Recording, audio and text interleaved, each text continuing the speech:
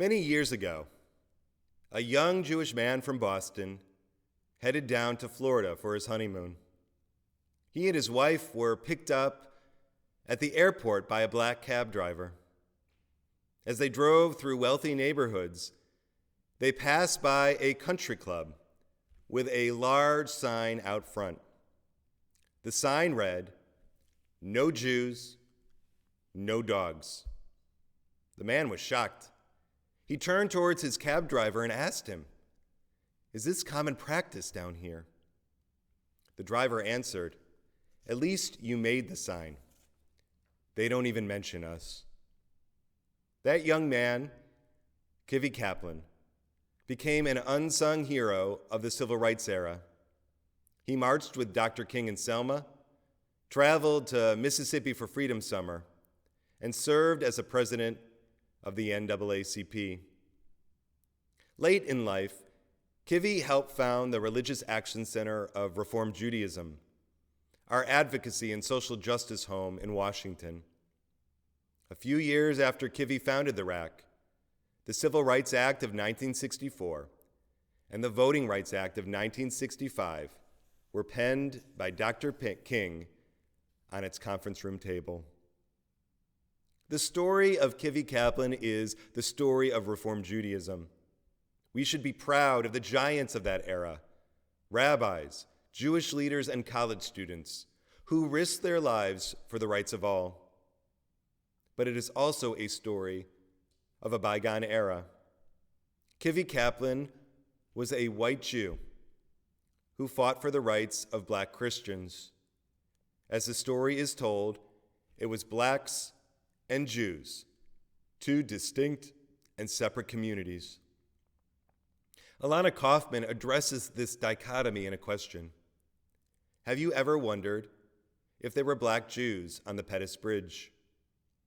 To talk about a Jewish community and a black community, ask black Jews and Jews of color to segment themselves in impossible ways. We are one community, white Jews, black Jews, and brown Jews, a rich, diverse Jewish tapestry. On the high holy days, we are asked to be reflective of who we are and what we stand for. It is in this vein that on Yom Kippur, we proclaim that black Jewish lives matter. I come to you this morning with trepidation because speaking about race, racism, and bias is never easy. We want to believe that we don't have racism within us, that we aren't racists. But we know that we are nurtured in a culture where even the most well-intended of us can encounter blind spots and propagate racist ideas despite our desire to be kind. I never wish to cause hurt to anyone in our community. That is not my intent. But I do wish to make sure each of us, including those of us who are white, including myself, just a little bit uncomfortable, because that is the only way to propel us forward. Throughout Yom Kippur, dozens upon dozens of times, we will recite the words Al Chet Shechatanu, for the sins we have committed. These sins are recited not in the singular, but in the plural, for each of us has an obligation for our personal sins, as well as those of our congregation and community. That is why we must take responsibility, both individually and as a community, for the sins of personal, structural, and systemic racism. I share with you for the sins of racism by Yavila McCoy. I urge you to join me, as we do throughout Yom Kippur, to beat our chests for each of these sins. For the sins of racism that we have committed by not seeing racism as an evil among us. For the sins that we have committed through segregating Jewish souls and black bodies from participation in leadership within our institutions. For the sins we have committed in not caring for the ways that race and class intersect in our effort to welcome black people in Jewish space. For the sins of racism that we have committed through creating hierarchies of value between our siblings from Europe and those from the Middle East and Africa, for the sins of racism that we have committed by not committing to end it. For all these, we seek pardon, forgiveness, and atonement. I've taken these high holy days to focus my cheshbon hanefesh, the recounting of my soul, on my own prejudice and discomfort around race. I've recognized that I fear talking about race. I worry that I will say something wrong or hurtful, so I shy away from discussing it entirely. I also sense my own vulnerability around my own white privilege.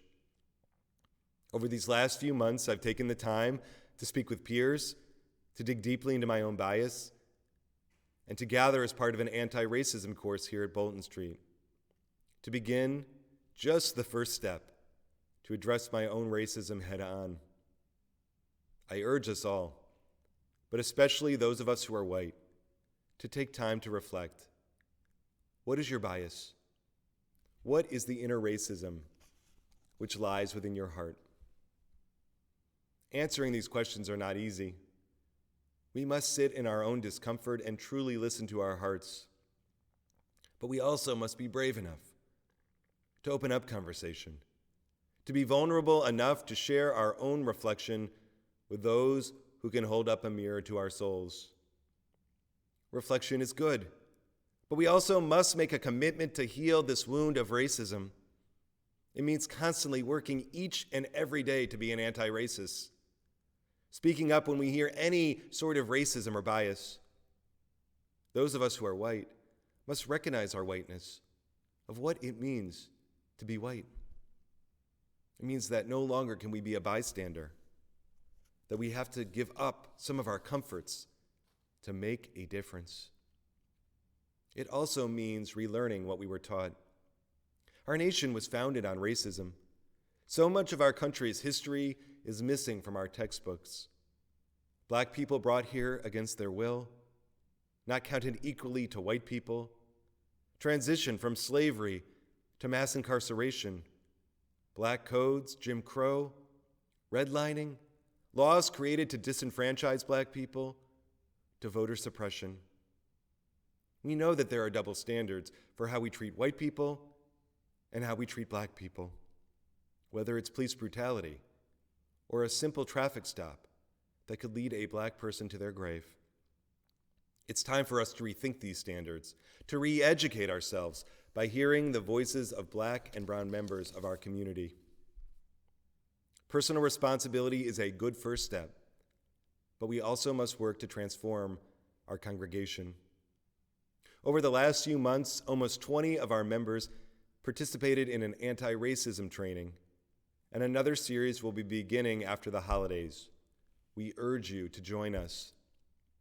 A separate task force has looked closely at Not Free to Desist, a letter to our Jewish community by Black Jews, non-Black Jews of color, and their allies about reimagining our collective Jewish covenant. This task force and our board of directors has begun to create an action plan that will create true equity and inclusion at Bolton Street Synagogue. What does this mean? This means new approaches to celebrating multiracial Jewish identities, developing curriculum in our school that includes the full diversity of the Jewish people, creating new policies and practices that address racism in our congregation as well as other barriers to Jewish participation, while finding new pathways to leadership for Jews of color at Bolton Street and throughout the Baltimore Jewish community. This is only the beginning. We've got a lot of work to do. Yet we can be proud of the community we've created, a home for the diverse Baltimore community. The foundation is laid, but now we must build upon the warmth and communal feeling of Bolton Street. That means that if you are part of our community, your liberation is bound up in mine. We stand together. We can't move forward if anyone is left behind. We must dig deeper, do the difficult work of inclusion for all. This requires love and empathy, understanding, and yes, vulnerability. Anti-racism work, but LGBTQ and gender equality and disability awareness, to make sure that our tagline, "Doors Wide Open," is truly being honored. Yet we know that our work does not stop at our doors. The Jewish vision believes that prayer and Torah study must propel us to fix this broken world. This election is the most important of our lifetime, an election that will decide the survival of our democracy. We must vote like we never voted before. That includes encouraging everyone we know, family members, friends, neighbors, yes, even strangers, especially those in swing states, to create a voting plan. We must speak truth to power and do everything in our capabilities to change our nation, to fight against racism, to fight for decency, to fight for our democracy. Whether it's working on voting rights, joining with local allies, focusing on police reform or education reform, we need our broad Jewish community to risk something. If we say we're an ally, what have we risked to be that ally?